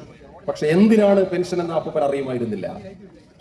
ഈ അപ്പൂപ്പൻ എല്ലാ തവണയും പെൻഷൻ വാങ്ങിയിട്ട് എല്ലാ ദിവസവും നന്നായി വെള്ളമടിയും. എന്നിട്ട് തെരുവിൽ വന്നിരുന്ന ആളുകളെ തെറിവിളിക്കും. ആളുകൾ അയാളെ തൊടുകയേയില്ല. സർക്കാരിന് വേണ്ടപ്പെട്ട ഒരാളാണ്. പക്ഷെ ഒരിക്കൽ ഓസ്ട്രിയൻ സർക്കാർ അപ്പൂപ്പന്റെ ഈ പെൻഷൻ അവസാനിപ്പിച്ചു. അപ്പോൾ ഞങ്ങൾ വിചാരിച്ചു അപ്പൂപ്പൻ പെൻഷൻ കിട്ടാത്തത് കൊണ്ട് അന്ന് മദ്യപിക്കില്ലെന്നും വീട്ടിൽ വന്നിരുന്ന് പ്രാർത്ഥന ചൊല്ലുമെന്നും ഞങ്ങൾ വിചാരിച്ചു. പക്ഷെ അപ്പൂപ്പൻ അന്ന് ചെയ്തത് പതിവിലുമേറെ മദ്യപിച്ചുകൊണ്ട് തെരുവിൽ ചെന്നിരുന്ന് ആളുകളെ തെറിവിളിക്കാൻ ആരംഭിച്ചപ്പോൾ ആളുകൾ അയാളെ കാലിൽ തൂക്കിയെടുത്ത് ചുമരിലടിച്ച് അപ്പൂപ്പനെ കൊന്നു. Full stop. മലയാളത്തിൽ ഒരു റൈറ്ററും ഇങ്ങനെ ഒരു അപ്പൂപ്പനെ കൊന്നിട്ടില്ല. പക്ഷെ ബൊഹുമിൽ ഹ്രാബേൽ ക്ലോസ്ലി വാച്ച്ഡ് ട്രെയിനിൽ വളരെ സിമ്പിളായി ഒരു പൂമ്പാറ്റ എടുത്ത് വെള്ളത്തിലിടുന്ന ലാഘവത്തോടെ അപ്പൂപ്പനെ തട്ടി. രണ്ടാമത്തെ അപ്പൂപ്പനാണ് വളരെ രസകരം. ആ അപ്പൂപ്പനെ കുറിച്ച് ഹാബേൽ പറയുന്നത്, ആ അപ്പൂപ്പൻ സർക്കസിലെ ഒരു ഹിപ്നോട്ടിസ്റ്റ് ആയിരുന്നു. ഈ ബിസ്ക്കറ്റ് തിന്നുന്ന ലാഘവത്തോടു കൂടി ഒരു അപ്പൂപ്പനെ കുറിച്ച് പറയുക രുചികരമാണ്. അപ്പൂപ്പൻ സർക്കസിൽ ഹിപ്നോട്ടിസം ചെയ്യുമായിരുന്നു. മൃഗങ്ങളെ മയക്കും, കോമാളികളെ മയക്കും, കാണികളെ മയക്കും, അവരുടെ മനസ്സ് വായിക്കുന്ന ഒരു ഹിപ്നോട്ടിസ്റ്റ് ആയിരുന്നു. നമ്മുടെ സർക്കസിൽ അങ്ങനെ ഹിപ്നോട്ടിസ്റ്റുകളില്ല. ഈ അപ്പൂപ്പൻ ഒരു ദിവസം കസാലയിലിരിക്കുമ്പോൾ ഒരാൾ വന്ന് പറഞ്ഞു, നീ എത്രയും പെട്ടെന്ന് നിന്റെ സമ്പാദ്യം മുഴുവൻ ചുരുട്ടിക്കെട്ടിയിട്ട് ഇവിടെ നിന്ന് രക്ഷപ്പെടാൻ നോക്കൂ. അതല്ലെങ്കിൽ ഫാസിസ്റ്റ് പട്ടാളം ഇവിടെ ഇരച്ചു കയറിയിട്ട് നമ്മുടെ വീടുകളൊക്കെ തകർത്തു കളയും, നമ്മുടെ ആരാധനാലയങ്ങളൊക്കെ തകർത്തു കളയും, നമ്മുടെ കുഞ്ഞുങ്ങളെ അവർ ജീവനോടുകൂടി തീയിലേക്ക് വലിച്ചെറിയും. അപ്പൂപ്പൻ പറഞ്ഞു, എന്ത് ഫാസിസ്റ്റ്, എന്ത് നാസി പട്ടാളം, എനിക്ക് അവന്മാരൊക്കെ വെറും പുല്ലാണ്, അവന്മാരൊക്കെ ഇങ്ങ് വരട്ടെ, ഞാൻ കാണിച്ചു കൊടുക്കാം. അപ്പൂപ്പൻ നാസി പട്ടാളം പ്രേഗിലേക്ക് ഇരിച്ചു കയറുമ്പോൾ തിരിഞ്ഞു നോക്കുന്ന സന്ദർഭത്തിൽ അയാൾ കാണുന്നുണ്ട് അവിടുത്തെ ജനങ്ങൾ രക്ഷ വിളിച്ചുകൊണ്ട്, അവർക്കറിയാവുന്ന ദൈവങ്ങളെ വിളിച്ചുകൊണ്ട് ഓടിപ്പോകുന്നത് ഈ അപ്പൂപ്പൻ കാണുന്നുണ്ട്. പക്ഷെ അപ്പൂപ്പൻ അവിടെ നിന്ന് വരുന്ന നാസി പട്ടാളത്തിന്റെ മുഖത്തേക്ക് കൈ ചുരുട്ടിയിട്ട് തന്റെ ഹിപ്നോട്ടിസ്റ്റ് വിദ്യ പ്രയോഗിച്ചു. പട്ടാളം അവിടെ നിന്നു. അതേത് പട്ടാളവും നിൽക്കും. അവർ വിചാരിച്ചത് ഏതോ തലയ്ക്ക് സുഖമില്ലാത്ത അപ്പൂപ്പൻ അവിടെ നിന്നിട്ട് അവരോട് എന്തോ പറയുന്നു എന്നാണ്. പക്ഷെ ഈ മൂപ്പിലാൻ വിചാരിച്ചത് ഇയാളുടെ ഹിപ്നോട്ടിസത്തിന്റെ ശക്തി കൊണ്ടാണ് നാസി പട്ടാളം അവിടെ നിൽക്കുന്നതെന്നാണ്. നമ്മുടെ നാട്ടിലെ വർഗീയവാദികളുടെയും അവസ്ഥ ഇതാണ്. ഏതെങ്കിലും ഒരു മന്ത്രം ഉറക്കെ പറഞ്ഞാൽ ഫാസിസം നിന്നു പോകുമെന്നാണ് ആ വിഡ്ഢികൾ വിചാരിച്ചു കൊണ്ടിരിക്കുന്നത്. നമ്മുടെ നാട്ടിലെ ഫാസിസ്റ്റുകളുടെ വിചാരം മരിച്ചുപോയ ഏതെങ്കിലും ഒരു രാജാവിനെ കുടിമാടത്തിൽ നിന്ന് എടുത്തുകൊണ്ടുവന്ന് സിംഹാസനത്തിൽ ഇരുത്തിയാൽ അവസാനിക്കുന്നതാണ് ഫാസിസം എന്നാണ് അവർ വിചാരിച്ചു കൊണ്ടിരിക്കുന്നത്. അങ്ങനല്ല. ഫാസിസത്തെ അവസാനിപ്പിക്കാൻ ചിന്തയുടെയും അന്വേഷണത്തിന്റെയും മനോവീര്യത്തിന്റെയും മനുഷ്യ സ്നേഹത്തിന്റെയും മരുന്നുകൾ വേണമെന്ന് നമ്മളെ പഠിപ്പിച്ചത് ഒരു ചെറിയ പെൺകുട്ടിയാണ്. ആ പെൺകുട്ടിയുടെ പേര് ആൻ ഫ്രാങ്ക് എന്നാണ്. ആ ആൻ ഫ്രാങ്കിന്റെ ജർമ്മനിയിലേക്ക് പോയിട്ട് പണ്ട് ഷിജു യൂണിവേഴ്സിറ്റി കോളേജിൽ പഠിക്കുന്ന കാലത്ത് എനിക്ക് അയച്ച ആ മെസ്സേജ് എനിക്ക് ഇപ്പോഴും ഓർമ്മയുണ്ട്. ശ്രദ്ധിക്കേട്ട, ഞാൻ ആൻ ഫ്രാങ്കിന്റെ സ്ഥലത്ത് നിൽക്കുകയാണ്. ഞാൻ ഇവിടെ നിൽക്കുമ്പോൾ ആൻ ഫ്രാങ്ക് ഒളിച്ചിരുന്ന ആ സങ്കടത്തിന്റെ ഇടങ്ങൾ എന്നെ അത്ഭുതപ്പെടുത്തുകയാണ്. ആൻ ഫ്രാങ്ക് നടന്നുപോയ വഴികളിലൂടെ ഞാൻ നടന്നുകൊണ്ടിരിക്കുകയാണ്. തീർച്ചയായും അക്ഷരം ലൈബ്രറിയിലും ആൻ ഫ്രാങ്കിന്റെ അസ്വസ്ഥതകളുടെ വേദനയുള്ള ആ പുസ്തകം ഉണ്ടായിരിക്കുമെന്നുള്ള കാര്യത്തിൽ എനിക്ക് സംശയമില്ല. ഫ്രാങ്ക് പറയുന്നത് എനിക്ക് 13 വയസ്സ് മാത്രമേ ഉള്ളൂ എന്ന് പറഞ്ഞാൽ ഞാൻ ഓടിക്കളിക്കേണ്ട ഒരു പ്രായത്തിലാണ്. ഞാൻ വീട്ടിലിരുന്ന് ബിസ്ക്കറ്റും പാലും കഴിക്കേണ്ട ഒരു പ്രായത്തിലാണ്. ഞാൻ എൻ്റെ മാതാപിതാക്കളുടെ സ്നേഹം അനുഭവിച്ച് അവരോടൊപ്പം ഏതെങ്കിലും ഒരു വിനോദം കണ്ടിരിക്കേണ്ട പ്രായത്തിലാണ്. പക്ഷെ ഞാൻ കാണുന്നത് ഈ വിനോദമോ മാധുര്യമോ ഒന്നുമല്ല. എൻ്റെ നാട് പിടിക്കപ്പെട്ടുകൊണ്ടിരിക്കുകയാണ്.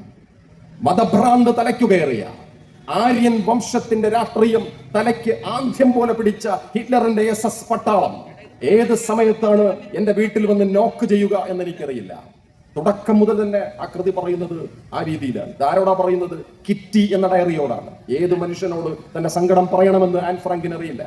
ഇതാണ് വർഗീയവാദികൾ പിടിച്ചെടുക്കുന്ന രാഷ്ട്രത്തിന്റെ അവസ്ഥ. ഇതായിരുന്നു ഗുജറാത്തിലെ അവസ്ഥ. ഇതാണ് മണിപ്പൂരിലെ സാഹചര്യം. ഇതാണ് കേരളത്തിലും വർഗീയവാദം നടക്കുമ്പോൾ ഏത് സന്ദർഭത്തിലെയും അവസ്ഥ എന്നുള്ളത് നമ്മൾ മറക്കാൻ പാടില്ല. പ്രിയപ്പെട്ട ബാലചന്ദ്രൻ സാറ് അദ്ദേഹത്തിന്റെ ഏറ്റവും ആത്മാർത്ഥമായ വാക്കുകൾ കൊണ്ട് എന്നെ അടയാളപ്പെടുത്തിയല്ലോ. ഞാനിത് പഠിച്ചത് എവിടെ വെച്ചാണെന്ന് അറിയാമോ?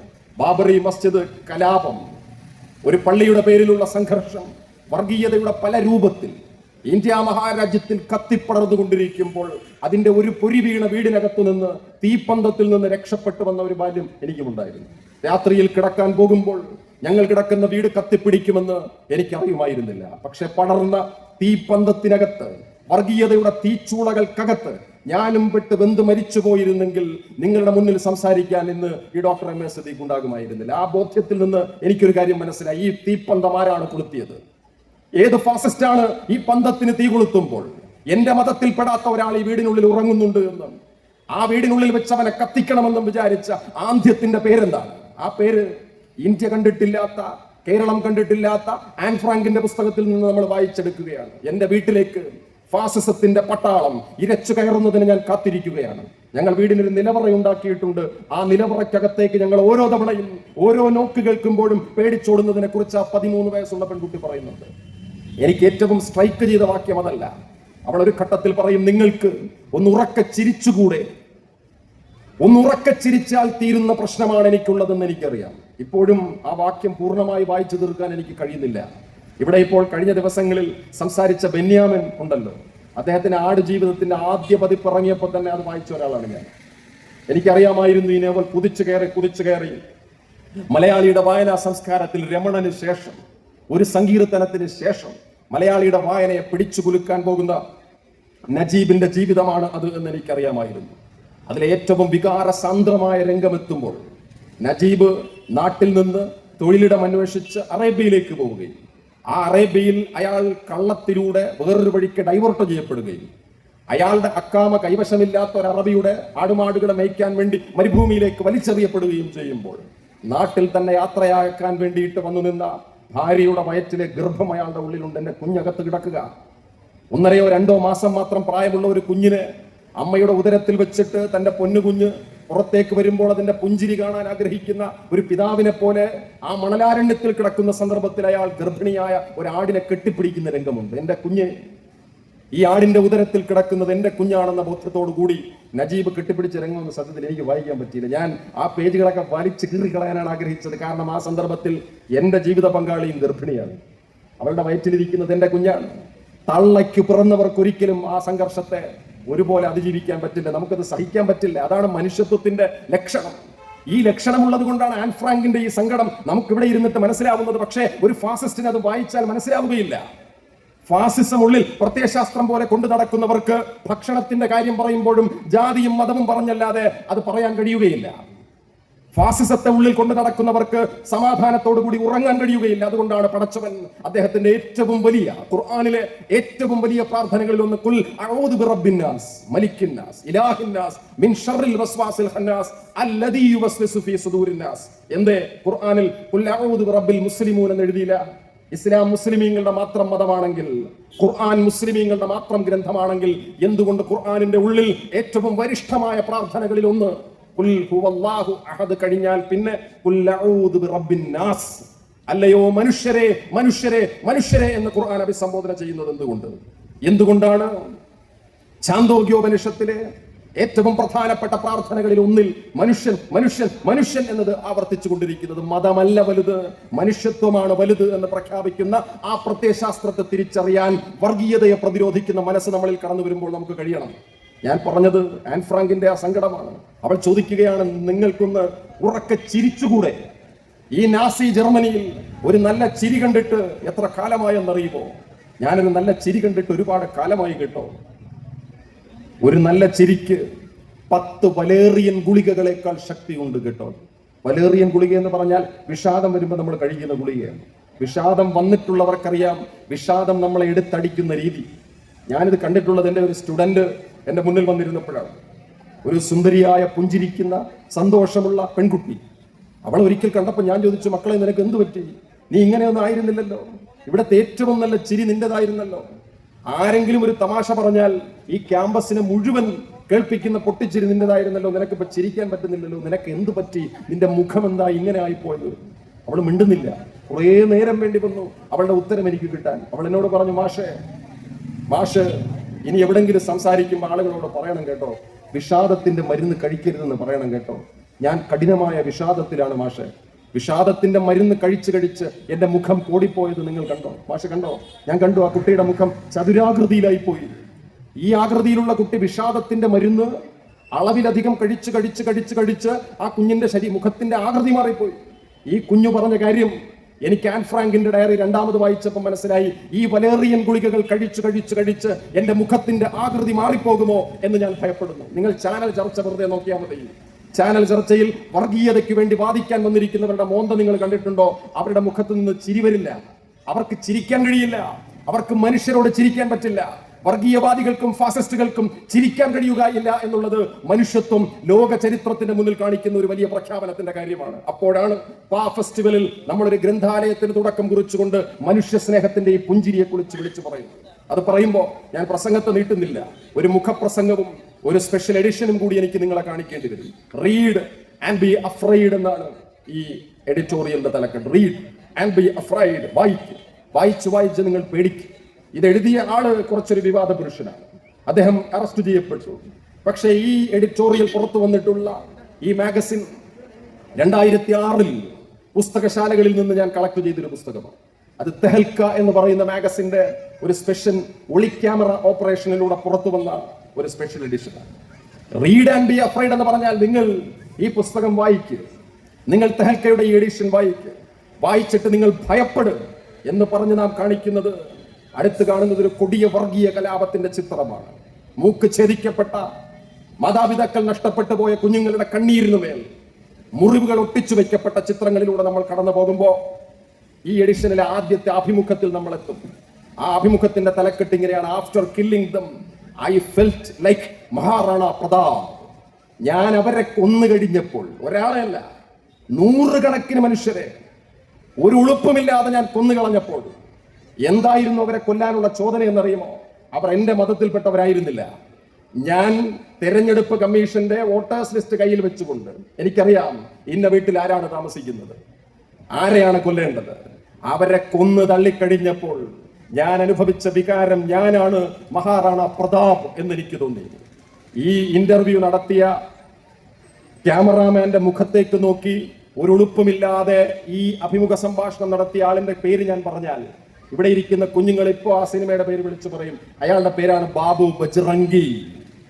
ബാബു ബജ്റംഗി എന്നൊരു മനുഷ്യൻ ജീവനോടെ ഉണ്ടായിരുന്നു.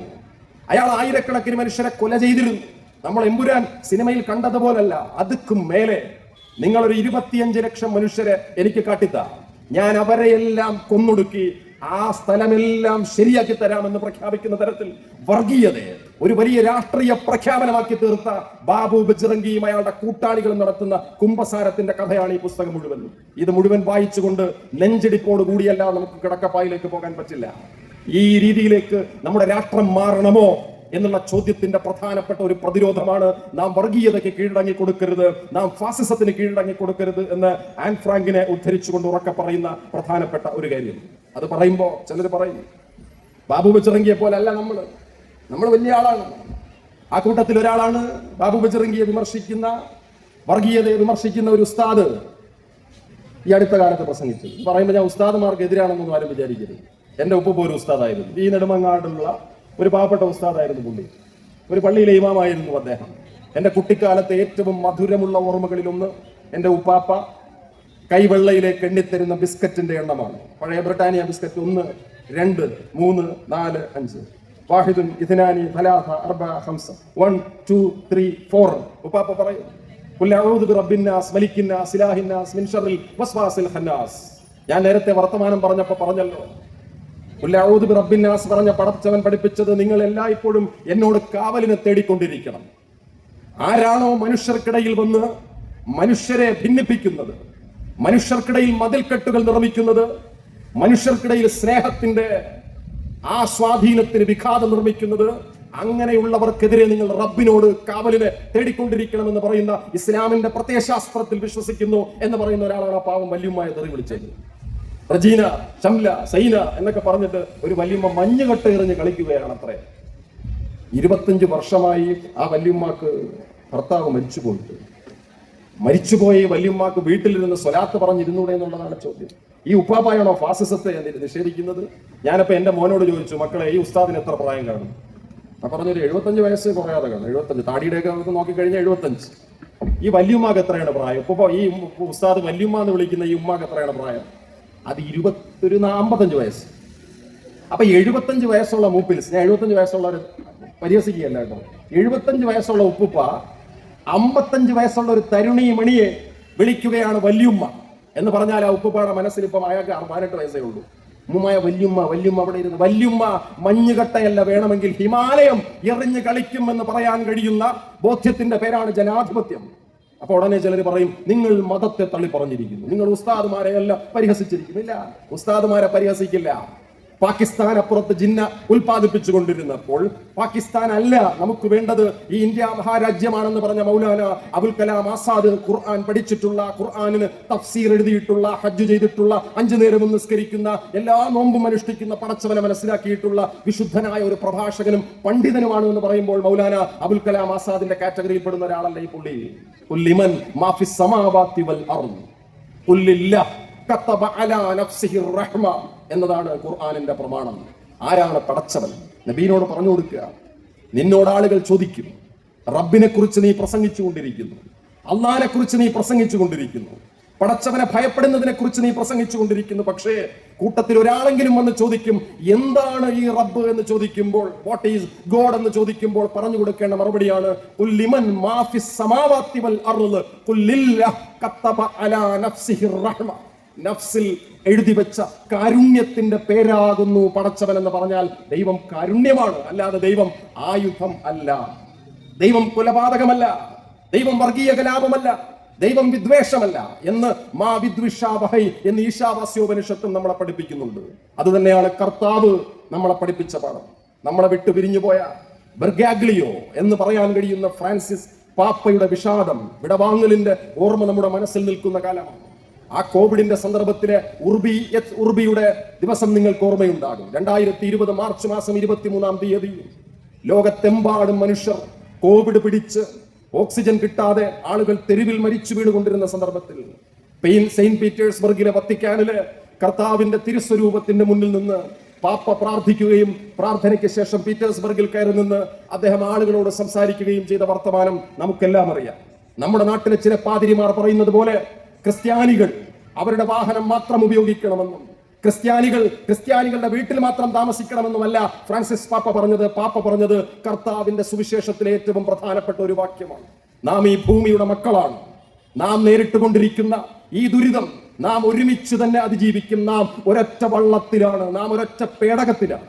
നോഹയുടെ പേടകത്തിന്റെ ആ മിത്തിനെ മനുഷ്യ ചരിത്രത്തിൽ നിന്ന് കൊണ്ടുവന്നിട്ട് നാം ഒന്നാണ് എന്ന് പറയുമ്പോൾ അതാണ് ബൈബിളിന്റെ സ്വരൂപമെന്നും അതാണ് പീഡയുടെ സുവിശേഷമെന്നും പറയാൻ ശ്രമിക്കുകയായിരുന്നു ഫ്രാൻസിസ് പാപ്പ. പക്ഷേ നമ്മുടെ നാട്ടിലേതടക്കമുള്ള വർഗീയവാദികളുടെയും ഭീകരവാദികളുടെയും പ്രത്യയശാസ്ത്രം പടച്ചവന്റെയും ഈ പറയുന്ന കർത്താവിന്റെയും ഈശ്വരന്റെയും പ്രമാണമല്ല എന്നുള്ളത് നാം മനസ്സിൽ വെച്ചുകൊണ്ട് വേണം നാം നമ്മുടെ ജീവിതത്തിനെ സർഗാത്മകമായി ചിട്ടപ്പെടുത്താൻ എന്നുള്ളതാണ് പ്രധാനപ്പെട്ട കാര്യം. ഞാൻ ചുരുക്കുകയാണ്. ഇത് പറയുന്ന വിശ്രുതമായ ഒരു കവിതയുണ്ട്. ആ കവിത എഴുതിയ ആളിന്റെ പേര് ഖലീൽ ജിബ്രാൻ എന്നാണ്. മൈ പീപ്പിൾ ഡൈഡ്, എന്റെ മനുഷ്യർ മരിച്ചുപോയി. ജിബ്രാൻ മരിച്ചിട്ട് എത്രയോ കാലമായി. ജിബ്രാന്റെ കവിത ഇപ്പോഴും പറന്നുയർന്നുകൊണ്ടിരിക്കുന്നു. ജിബ്രാൻ പഠിച്ച നാട്ടിലാണ് ഇന്നലെ 115 കുഞ്ഞുങ്ങൾ മരിച്ചുപോയത് ഗാസയുടെ തെരുവിൽ. ജിബ്രാൻ ഒരു ലെബനീസ് കവിയാണ്. അയാൾ ഫലസ്തീനി കവിയല്ല. ഫലസ്തീനിന്റെ അടുത്ത പ്രദേശമായ ലെബനോണിൽ ജീവിക്കുന്നയാളാണ് സാക്ഷാൽ ജിബ്രാൻ. ജിബ്രാന്റെ വാക്യമുണ്ട്, എന്റെ ജനം കുരിശിൽ മരിച്ചു. Died on the cross. My people died with their arms stretched toward both east and west. പടിഞ്ഞാറേക്കും കിഴക്കേക്കും വലിച്ചു നീട്ടപ്പെട്ട കൈകളാൽ ക്രോസിൽ കിടന്ന് എന്റെ ജനത മരിച്ചു. ഈ വിലാപമാണ് ഓരോ ദിവസം പത്രം തുറക്കുമ്പോഴും നമ്മൾ ഗാസയിലെ ഉമ്മമാരുടെ വിലാപമായി കേൾക്കുന്നത്. സ്വന്തം മക്കളുടെ ശരീരം ചിതറിത്തെറിക്കുന്നത് കാണേണ്ടി വരുമ്പോൾ ഏത് ഭരണാധികാരിയാണ് എന്റെ കുഞ്ഞുങ്ങളുടെ നെഞ്ചത്തേക്ക് വരുന്ന ഈ ടാങ്കറുകളെ അവസാനിപ്പിക്കുക എന്ന് ചോദിച്ചുകൊണ്ട് അവർ ആകാശത്തേക്ക് 2 കൈകളും വിടർത്തുമ്പോൾ ഇനി ഈസ്റ്റിൽ നിന്നാണോ അതല്ല വെസ്റ്റിൽ നിന്നാണോ ഞങ്ങൾക്ക് അഭയം വരിക എന്ന് ഓരോ അമ്മമാരും ഗാസയിൽ കിടന്ന് വിലപിക്കുമ്പോൾ ജിബ്രാൻ എഴുതിയ കവിതയിലെ വരികളിൽ അവരുടെ ജീവിതമാണ് ആവിഷ്കരിക്കപ്പെട്ടിരിക്കുന്നത് നമ്മൾ മനസ്സിലാക്കണം. My people died with their arms stretched toward both east and west and their eyes seeking in the darkness of the skies. ആകാശമേ നിന്റെ വെളിച്ചം എവിടെ പോയി? ആകാശമേ ഞങ്ങൾക്ക് അഭയം തരുമെന്ന് പറഞ്ഞിരുന്ന ആ വാഗ്ദാനം എവിടെ പോയി എന്ന് ചോദിക്കുന്ന ജിബ്രാൻ തന്റെ നാടിന്റെ സ്വാതന്ത്ര്യത്തിന് വേണ്ടിയിട്ട് ഒരുപാട് വിലപിച്ചിട്ടുണ്ട്. ഈ ജിബ്രാനെ വായിച്ച, ജിബ്രാനെ മനസ്സിൽ ആരാധിക്കുന്ന എഡ്വേർഡ് സെയ്ദിന്റെ ഒരു ചിത്രമുണ്ട്. ഫലസ്തീനിലേക്ക് വരുന്ന ഒരു ഇസ്രായേലി ടാങ്കറിന് നേരെ ഒരു പാറക്കല്ലും ഉയർത്തി നിൽക്കുന്ന ഒരു ബുദ്ധിജീവിയുടെ ചിത്രമുണ്ട്. ആ ബുദ്ധിജീവിയുടെ പുസ്തകവും ഇംപീരിയലിസം എന്ന പുസ്തകവും കൾച്ചർ ആൻഡ് ഇംപീരിയലിസം എന്ന പുസ്തകവും ഓറിയന്റലിസം എന്ന പുസ്തകവും തീർച്ചയായും അക്ഷരം ലൈബ്രറിയിൽ നമ്മുടെ ഈ പുതുതലമുറ നേതാക്കന്മാർ കൊണ്ടുവയ്ക്കുമെന്നുള്ള കാര്യത്തിൽ എനിക്ക് സംശയമില്ല. ആ ഫലസ്തീനിൽ നിന്ന് വന്ന ഒരു പെണ്ണിന്റെ പേരാണ് നജ്വ കവാർ ഫറ. പേര് കേൾക്കുമ്പോൾ നമ്മൾ വിചാരിക്കും നജ്വ എന്ന് പറഞ്ഞാൽ അത് മുസ്ലിമാണെന്ന് വിചാരിക്കും. നജ്വ പറയുകയാണല്ല, എന്റെ പേര് കൊണ്ട് എന്റെ മതം പറയരുത്. നജ്വ എന്നാൽ ധ്യാനം എന്നാണ് അർത്ഥം. എന്റെ പിതാവ് ഒരു ഗ്രീക്ക് ഓർത്തഡോക്സ് പുരോഹിതനായിരുന്ന എന്റെ പിതാവ് കർത്താവിന്റെ പള്ളിയിൽ തൊഴുത് തിരിച്ചിറങ്ങി വരുമ്പോൾ എന്റെ അമ്മ പ്രസവിക്കുന്ന കാര്യം അറിഞ്ഞു. എന്നെ അപ്പൻ കയ്യിലെടുത്ത് വെച്ചിട്ട് എന്റെ മുഖത്തേക്ക് നോക്കി ചിരിച്ചിട്ട് പറഞ്ഞു, നജ്വ നജ്വ നജ്വ, മോളെ നിന്റെ മുഖത്തേക്ക് നോക്കുമ്പോൾ എനിക്ക് ധ്യാനിക്കാൻ തോന്നുന്നു, അതുകൊണ്ട് ധ്യാനം എന്നർത്ഥം വരുന്ന അറബി പദമായ നജ്വ എന്ന വാക്കാകുന്നു നിന്റേത്. അവർ എഴുതിയ പുസ്തകമുണ്ട് ഫലസ്തീൻ ആസ് എ കോണ്ടിനെന്റ്. ഫലസ്തീൻ ഒരു വൻകര എന്ന ആ പുസ്തകത്തിൽ പറയുന്ന കാര്യം, ഫലസ്തീൻ എന്ന രാഷ്ട്രം ഇന്ന് ചിലർ പറയുന്നത് പോലെ ഒരു ഇസ്ലാമിക രാഷ്ട്രമൊന്നുമല്ല, അത് മുസ്ലിമീങ്ങളുടെ രാഷ്ട്രമാണ് എന്ന് പരിചയപ്പെടുത്തുന്നത് ഇസ്ലാം മതത്തോടുള്ള വിരോധത്തെ ബോധപൂർവം നാട്ടിൽ വ്യാപിപ്പിക്കുന്നതിന് വേണ്ടിയിട്ടാണ്. ഫലസ്തീനിൽ മുസ്ലിമും യഹൂദരും ക്രിസ്ത്യാനികളും ഒരമ്മ പെറ്റ മക്കളെ പോലെ ജീവിച്ചിരുന്ന സ്ഥലമായിരുന്നു നമ്മുടെ കേരളം പോലെ, ഈ ഇന്ത്യ മഹാരാജ്യം പോലെ. മതവിഭജനമില്ലാതെ ആളുകൾ ഒരമ്മ പെറ്റ മക്കളെ പോലെ കർത്താവിന്റെ ക്രിസ്മസിനെയും പെസഹ വ്യാഴത്തെയും ഒരുപോലെ ആചരിച്ചിരുന്ന സ്ഥലമാണ് ഞങ്ങളുടെ ജെറുസലേം. പേര് കേൾക്കുമ്പോൾ തന്നെ അറിഞ്ഞൂടെ, അവിടെയാണ് കർത്താവ് ജനിച്ചത്, അവിടെയാണ് ഞാൻ വളർന്നത്. ഞാൻ നടന്നു പോകുന്ന വഴിയിലാണ് ജിബ്രാൻ പഠിച്ച സ്കൂൾ ഉണ്ടായിരുന്നത്. ആ സ്കൂളെല്ലാം തകർന്നു പോയി. ആരാ തകർത്തെ? ഇസ്രയേലി കിങ്കരന്മാർ. 917 ബാൽഫർ ഉടമ്പടിയിലൂടെ ബ്രിട്ടനും ഫ്രാൻസും കൂടി ഞങ്ങളുടെ നാടിനെ കള്ളക്കണക്കെഴുതി പിടിച്ചെടുത്തതിന് ശേഷമാണ് ഞങ്ങളുടെ നാട് ഇന്ന് നിങ്ങൾ കാണുന്നത് പോലെ ആയിത്തീർന്നത്. അവർ മതം പറഞ്ഞ് ഞങ്ങളെ വിഭജിച്ചു. ഇത് ഒരു ദേശം മതത്തിന്റെ പേരിൽ സംഘടിക്കാൻ ശ്രമിച്ചാൽ വന്നു ചേരുന്ന അനിവാര്യമായ ദുരന്തമാണ്. അതിനെ പ്രതിരോധിക്കാനാണ് ചെറുപ്പക്കാർ ഗ്രെറ്റ തുൻബെർഗിനെയും നജ്വ കവാർ ഫറയെയും ആൻ ഫ്രാങ്കിനെയും ഉറക്കെ വിളിച്ചു പറഞ്ഞുകൊണ്ട് നാട്ടിൽ മുന്നോട്ട് പോകുന്നത്. പക്ഷേ അതങ്ങനെ മുന്നോട്ട് പോകുമ്പോൾ തൊട്ടിപ്പുറത്ത് നേരത്തെ പറഞ്ഞ ബഹുമിൽ ഖ്രാബലിന്റെ അപ്പൂപ്പന്മാരുണ്ട്. ആ അപ്പൂപ്പന്മാരിൽ ഏതോ ഒരാൾ പറഞ്ഞു കൊടുത്ത കൊടുവാളുമായിട്ടാണ് പാലക്കാട് ചെന്താമര ഒരാളുടെ തലയ്ക്ക് വടിവാളെടുത്ത് വീശിയത്. ഏതോ ജ്യോതിഷിയാ പറഞ്ഞു കൊടുത്തത്, നിന്റെ അയൽപ്പക്കത്തുള്ള സ്ത്രീ നിനക്ക് ദോഷമാണ്, അവളെ തട്ടിയാലല്ലാതെ നിനക്ക് രക്ഷപ്പെടാൻ പറ്റില്ല. തട്ടിയില്ലേ? തട്ടിക്കഴിഞ്ഞ് 5 കൊല്ലം കഴിഞ്ഞ് അവരുടെ കുടുംബത്തെ ഭയപ്പെടുത്തുന്ന ചെന്താമരയെ നമ്മളെ കണ്ടുകൊണ്ടിരിക്കുന്നു. നമ്മുടെ യുക്തിയെ തിരിച്ചു കൊണ്ടുവരിക. ഞാൻ ചുരുക്കുക, ഇത് പറഞ്ഞ് അവസാനിപ്പിക്കുകയാണ്. യുക്തിയെ തിരിച്ചു കൊണ്ടുവരിക. ഷേക്സ്പിയറിന്റെ മാക്ബത്ത് എന്ന നാടകമുണ്ട്. അതിന് അയ്യപ്പ പണിക്കർ സാറും കവാലം നാരായണ പണിക്കരൊക്കെ ചെയ്ത ട്രാൻസ്ലേഷനും ഈ ലൈബ്രറിയിൽ വരും. ഇതൊക്കെ എടുത്ത് വായിക്കാൻ വേണ്ടിയിട്ടാണ് ഞാൻ ഈ പറയുന്നത്. മാക്ബത്തിൽ ഒരു ഡയലോഗുണ്ട്. ചതിയും കൊലയും കൊള്ളിവെപ്പും നടത്തിയതിനു ശേഷം ആ നാടകത്തിന്റെ ഏറ്റവും ഒടുവിൽ കൊലപാതകം നടത്തിയ തന്റെ കൈകളെ മണപ്പിച്ചുകൊണ്ട് ലേഡി മാക്ബത്ത് പറയുന്ന വാക്യമുണ്ട്, ഓ, മരണത്തിന്റെ മണം ഈ കയ്യിൽ നിന്ന് വിട്ടുപോകുന്നതേ ഇല്ലല്ലോ. അറേബ്യയിലെ പെർഫ്യൂമുകൾ മുഴുവൻ കൊണ്ട് കഴുകിയാലും എന്റെ കയ്യിലെ ഈ കൊലപാതകത്തിന്റെ മണം വിട്ടുപോവുകയില്ലല്ലോ. ലോകത്തിലെ ഏത് വർഗീയവാദിയും, ഏത് ഏകാധിപതിയും, ഏത് കൊടിയ ഫാസിസ്റ്റും തന്റെ ജീവിതത്തിന്റെ ഒരു ഘട്ടത്തിൽ ഇതുപോലെ ഒരു സന്ദർഭത്തെ ഫേസ് ചെയ്യേണ്ടി വരും. കൈ തുറന്നു വെച്ചിട്ട് ഞാൻ എത്ര പേരെ കൊന്നു തള്ളാൻ സാക്ഷ്യപ്പെട്ടിരിക്കുന്നു, ഞാൻ എത്ര പേരെ കൊന്നു നൽകിയിരിക്കുന്നു. ഓഷ്വെറ്റ്സിൽ എത്രയോ പട്ടാളക്കാരെ പറഞ്ഞയച്ചുകൊണ്ട് 30 ലക്ഷം യഹൂദന്മാരെ കൊന്നു തള്ളിയ ഹിറ്റ്ലർ ജീവിതത്തിന്റെ അവസാന ഘട്ടത്തിൽ ഭൂമിക്കടിയിലെ തുരങ്കത്തിൽ വെച്ച് തന്റെ കൈ മണപ്പിച്ചുകൊണ്ട് പറഞ്ഞ കാര്യം, ഏത് ദൈവമാണ് എന്നെ രക്ഷപ്പെടുത്തുക, ഏത് ദൈവമാണ് എനിക്ക് മാപ്പു തരിക. അറേബ്യയിലെ പെർഫ്യൂമുകൾ കൊണ്ട് മുഴുവൻ കഴുകിയാലും എന്റെ കയ്യിലെ ഈ ദുരന്തം വിട്ടുപോവുകയില്ലല്ലോ. ആ ദുരന്തം നമ്മുടെ നാട്ടിൽ ഒരു പെൺകുട്ടി പ്രേമത്തിന്റെ കഷായത്തിൽ വിഷം കലക്കി കൂട്ടുകാരന് കൊടുക്കുന്ന രൂപത്തിൽ പ്രത്യക്ഷപ്പെട്ടിരിക്കുന്നു. ഞാനീ പറഞ്ഞെന്തെന്ന് വെച്ചാൽ, ഈ കൊലപാതകം നടത്തുന്ന, ഈ കൊടുമകൾ നടത്തുന്ന ആളുകളുടെ ഗൃഹാന്തരീക്ഷത്തെ നമ്മളൊന്ന് പരിശോധിച്ച് നോക്കണം. അവര് വീട്ടിൽ പുസ്തകം വായിക്കാറുണ്ടോ? വായിക്കാറില്ല. ഒരൊറ്റ പുസ്തകം പോലും വായിക്കാറില്ല. അവർ ആൻ ഫ്രാങ്കിന്റെ ഡയറി കുറിപ്പ് വായിച്ചിട്ടുണ്ടോ? വായിച്ചിട്ടില്ല. ഇത് പറഞ്ഞു നിർത്തുമ്പോൾ ഒരു ചന്തത്തിൽ നിർത്തണമല്ലോ. ഈ പറയുന്ന നിങ്ങൾ എന്നെ കമ്മ്യൂണിസ്റ്റ് ആക്കിയിൽ പറഞ്ഞു നിർത്തണമല്ലോ. ഞാൻ സാധാരണ ഇപ്പൊ പറഞ്ഞു നിർത്തുന്നത് പ്രേം നസീറിലാണ് പറഞ്ഞു നിർത്തുന്നത്. പ്രേം നസീർ ഈ നെടുമങ്ങാടിൽ നിന്ന് ഏറെ അകലെയുള്ള ആളല്ല. കൂടിപ്പോയാൽ നെടുമങ്ങാടെന്ന് പഴകുറ്റി വഴി തിരിഞ്ഞ് വെമ്പായത്തൂടെ കയറി അപ്പുറത്ത് ആറ്റിങ്ങിൽ ഇറങ്ങിയാൽ ചെറിയും കീഴെത്തി. ഈ ദൂരമേ ഈ പത്താങ്കല്ലും പ്രേം നസീറും തമ്മിലുള്ളൂ. പ്രേം നസീറിനെ കുറിച്ച് പറയുമ്പോഴെല്ലാം എനിക്ക് ഓർമ്മ വരുന്ന ഒരു കാര്യം, എനിക്ക് ആ മനുഷ്യനോട് അസൂയ തോന്നാനുള്ള കാര്യം, ഇങ്ങേരെ പോലെ പ്രേമിച്ചൊരു മലയാളി വേറെയില്ല.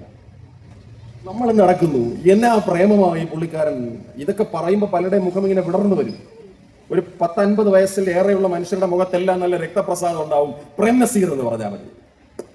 പക്ഷെ എവിടെ നിന്നാണ് ഈ പ്രേം നസീറിന് ഇത്രത്തോളം പ്രേമം എന്ന് ഒരു റിസർച്ച് ഞാൻ നടത്തിയിട്ടുണ്ട്. എനിക്ക് മനസ്സിലായത്, അത് പ്രേം നസീറിന്റെ ശരീരത്തിൽ പ്രണയമുണ്ട്, മനസ്സിൽ പ്രണയമുണ്ട്. ഇയാൾ ജനിച്ച നാടിന് ആ പ്രണയത്തിലൊരു പങ്കുണ്ട്. അല്ലെങ്കിൽ പ്രേം നസീറിന് ഇത് പറ്റില്ല. 600 സിനിമയിൽ അയാൾ പ്രണയം മാത്രം വെച്ച് അഭിനയിച്ചു. നിത്യഹരിത നായകൻ എന്ന് പറഞ്ഞാൽ 22ാമത്തെ വയസ്സിൽ അഭിനയിച്ച മരുമകൾ സിനിമ മുതൽ 989 അഭിനയിച്ച സിനിമ വരെയും പ്രേമം തന്നെ ഇയാളുടെ ശരീരത്തിൽ നിറയാം. ഇതിനു മാത്രം പ്രേമത്തിന്റെ വലിയ നിഗൂഢമായ നിലവറകൾ. ഇത് എവിടുന്ന് അന്വേഷിക്കുമ്പോഴാണ് ഒരു കാര്യം മനസ്സിലാവുന്നത്. പുള്ളിക്കാരൻ ജനിച്ച ചിറയും കീഴും കുമാരനാശാന്റെ കായ്ക്കറിയും തമ്മിൽ വലിയ ഗ്യാപ്പൊന്നുമില്ല. ഈ പ്രേം നസീറിന് കുമാരനാശാന്റെ ഒട്ടുമിക്ക കവിതകളും കാണാപ്പാടമാണ്. ലീല, നളിനി, ചണ്ടാലഭിക്ഷു, എന്തിന് ഞങ്ങൾക്കൊന്നും അറിയാത്ത സിംഹപ്രസവം വരെ പ്രേം നസീറിന്റെ പാഠമാണ്. കുമാരനാശാനെ കൃത്യമായിട്ട് പഠിച്ചിരിക്കുന്നു. കുമാരനാശാൻ നീന്തി പഠിച്ച കോഴിത്തോട്ടം കായല് പ്രേം നസീറിന് സ്വിമ്മിംഗ് പൂള് പോലെ പരിചിതമാണ്. എന്ന് മാത്രമല്ല, 924 ജനിച്ച പ്രേം നസീർ, 26 ജനിച്ച പ്രേം നസീർ 28 സമാധിയായ ശ്രീനാരായണ ഗുരുവിന്റെ അടുത്ത് ചെന്നൊരു സന്ദർഭമുണ്ട്. ചെറുപ്പത്തിൽ ഒരു അസുഖം വന്നപ്പോ പ്രേം നസീറിനെ ഒരിക്കൽ ചികിത്സിച്ചത് ഗുരു എന്ന ആ അസാമാന്യ വൈദ്യനാണ്. ഇത് സുരേന്ദ്രൻ സാറിന്റെ ഒരു പ്രസംഗത്തിൽ നിന്ന് കിട്ടിയ ഒരു കാര്യമാണ്. ഈ ഒരു മതേതര ബോധം, ഈ ഒരു പ്രണയബോധമാണ് പ്രേം നസീറിനെ കൊണ്ട് ശാർക്കര ക്ഷേത്രത്തിലേക്ക് ഒരു ഗജവീരനെ വാങ്ങിക്കൊടുക്കാൻ പ്രേരിപ്പിച്ചത്. അയാൾ നാടകം കളിച്ചു വളർന്ന ശാർക്കര അമ്പലത്തിലേക്ക് ഒരു ആനയെ വാങ്ങിക്കൊടുത്തു പ്രേം നസീർ. ഇതെന്തിനാണ് ഇവിടെ പറഞ്ഞതെന്നറിയാമോ? ഈ പ്രേം നസീറിനെ കുറിച്ച് ഓർക്കുമ്പോഴെല്ലാം ഏത് മലയാളിയുടെ മനസ്സിലും വരുന്ന ആ പാട്ട്, നിങ്ങൾ എന്നെ കമ്മ്യൂണിസ്റ്റ് ആക്കിയായിട്ട് ബന്ധമുണ്ട്. നിങ്ങൾ എന്നെ കമ്മ്യൂണിസ്റ്റ് ആക്കി സിനിമയായപ്പോൾ അതിലൊരു പ്രണയരംഗം ആവിഷ്കരിക്കാൻ എഴുതിയ പാട്ടാണ് പല്ലനയാറിൻ തീരത്ത് പത്മപരാഗ കുടീരത്തിൽ വിളക്കുവെക്കും യുഗകന്യകയൊരു വിപ്ലവഗാനം കേട്ടു മാറ്റുവിൻ ചട്ടങ്ങളെ. പാട്ട് പാടുമ്പോൾ നമ്മൾ വിചാരിക്കുന്നത് വിപ്ലവമാണെന്നല്ല, ഇതും പ്രണയമാണ്. ഇപ്പുറത്ത് നിൽക്കുന്ന ഷീലയുടെ കണ്ണിൽ നോക്കി പ്രേം നസീർ മാറ്റുവിൻ ചട്ടങ്ങളെ എന്ന് പറയുകയാണ്. അതെന്തിനാണ് പറഞ്ഞതെന്നറിയാമോ? ഈ പ്രേം നസീർ മരിച്ചപ്പോൾ ആ പ്രേം നസീറിനെ കേരളത്തിന്റെ, ഇന്ത്യയുടെ മുഴുവൻ സങ്കടവും ഏറ്റെടുത്തുകൊണ്ട് ഖബറടക്കിയത് ചിറയൻകീഴിലെ കാട്ടുമുറാക്കൽ പള്ളിയുടെ ഖബർസ്ഥാനിലാണ്. പ്രേം നസീറിന്റെ ഖബർ ഇപ്പോഴും ഉണ്ട് അവിടെ, കാട്ടുമുറാക്കൽ പള്ളിയുടെ ഖബർസ്ഥാൻ. അതേ കാട്ടുമുറാക്കൽ പള്ളിയിലാണ് വെഞ്ഞാറമൂട്ടിൽ ആ പയ്യന്റെ ചുറ്റികയടി കൊണ്ട് മരിച്ചുപോയ നമ്മുടെ എല്ലാം പ്രിയപ്പെട്ട ആ സഹോദരിയെയും കബറടക്കിയിരിക്കുന്നത്.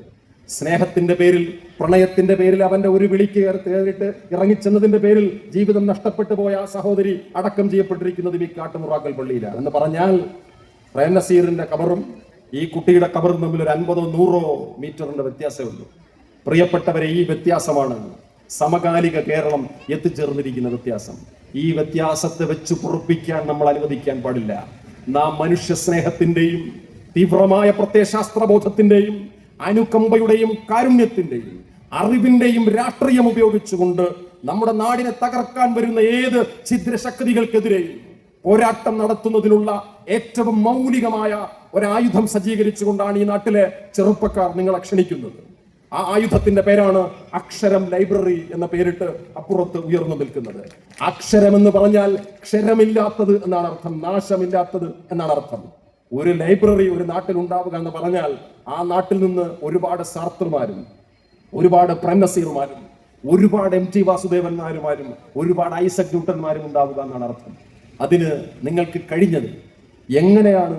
എനിക്ക് വാക്കുകൾ കൊണ്ട്, ബാലേന്ദ്രൻ സാറിനൊക്കെ അതിന്റെ എക്സ്പ്ലനേഷൻ പല രൂപത്തിൽ പറയാൻ കഴിയുക എന്നറിയില്ല എന്ന് മാത്രം പറഞ്ഞുകൊണ്ട് എന്റെ വാക്കുകൾ ചുരുക്കുന്നു. എല്ലാവർക്കും എന്റെ വിനീതമായ